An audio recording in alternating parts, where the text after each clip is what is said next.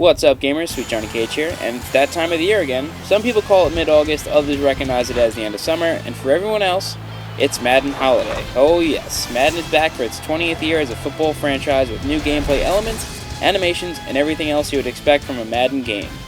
But with all the new features, there are some setbacks that include gameplay quirks and lack of options and depth in the new features. Now, before we actually get started with this review, please note that although, yes, I am Sweet Johnny Cage, and as a lot of you are aware, I'm not a big fan of sports games, especially Madden, but that's why I kind of contracted another reviewer, who goes by the name of Silver Bullet, to do this review for us here at The Gamer's Voice and VideoGameCentral.com, basically just to give you guys a very honest opinion, because my good friend Silver Bullet is a sports fanatic. He loves sports games. It's one of his favorite genres, and I figured that he could give you guys a better review than I ever could. But due to time constraints and the urgency of this review needing to be up, this is why I'm doing it. But note, this is his review. Madden 09 has quite a list of new features made to help the casual gamer or new user learn the ropes of Madden.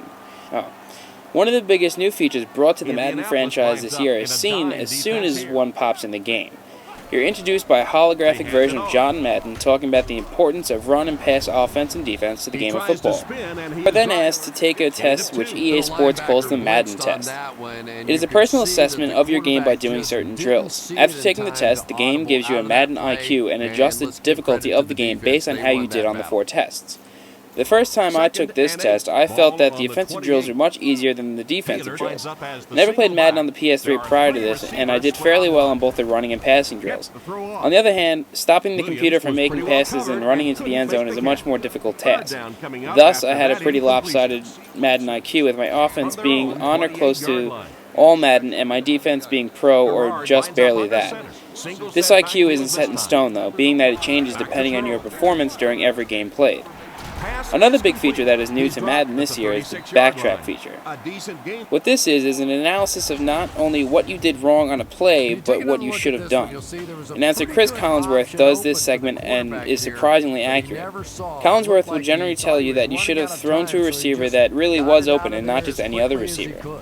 The problem with the backtrack feature is that while useful, it is random, so when you really may need it, it may or may not pop up.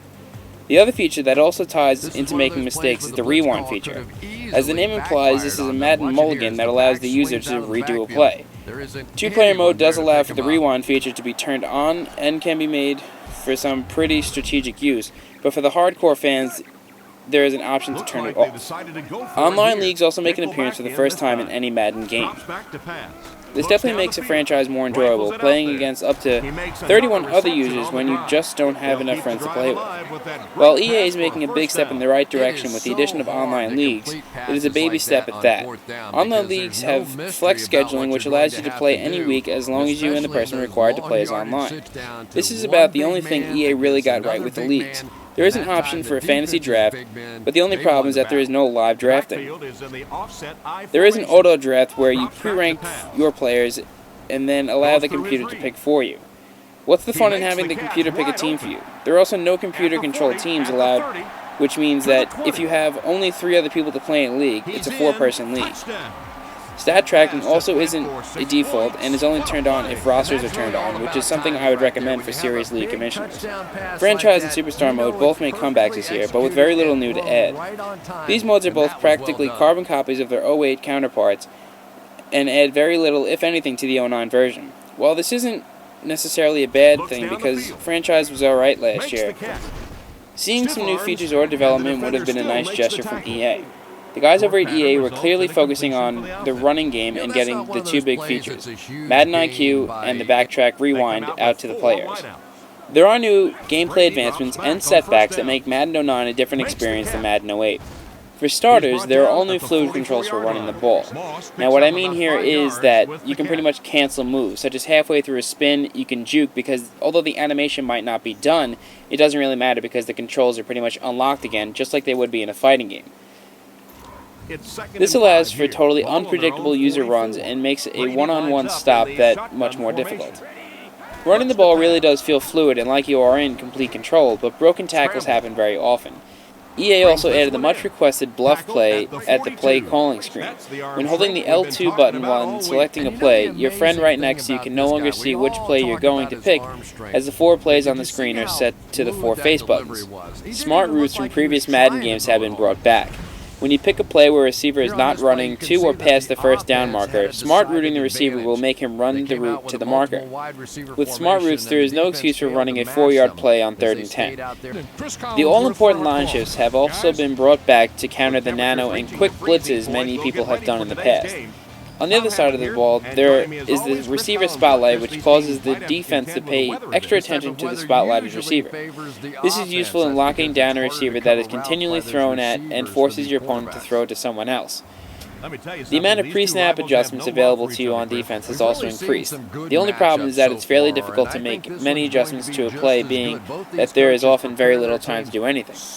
While there are many new aspects of the gameplay that makes 09 an enjoyable experience, there are also these lingering problems. Running the ball in Madden 09 is almost overpowered. Nearly every run there is at least one broken tackle, and one-on-one tackles are often very easily shaken off. I'm not too sure if this is the strength of the running engine or the poor ability of the defense engine. Either way, expect many broken tackles during your time with Madden. The second problem with gameplay is the accuracy of quarterbacks. While quarterbacks do have a tendency to overthrow a lot in 09, they also have a great ability to squeeze the ball in between defenders. This is apparent more than ever on slant routes, which are nearly undefendable. Slant routes are to 09 what the deep ball wasn't to 08. Tough to stop. Now, onto the beautiful and most realistic presentation for a football game to date. The stadiums are much more lush, the weather effects are as realistic as can be, player models look more toned down and much like their real-life counterparts, and animations are evolving. The stadiums are no longer blurry and offer full lighting effects with much higher level of detail. Weather effects also look great and make you feel like you're sitting in a tropical storm or freezing your ass off at a snow-covered game.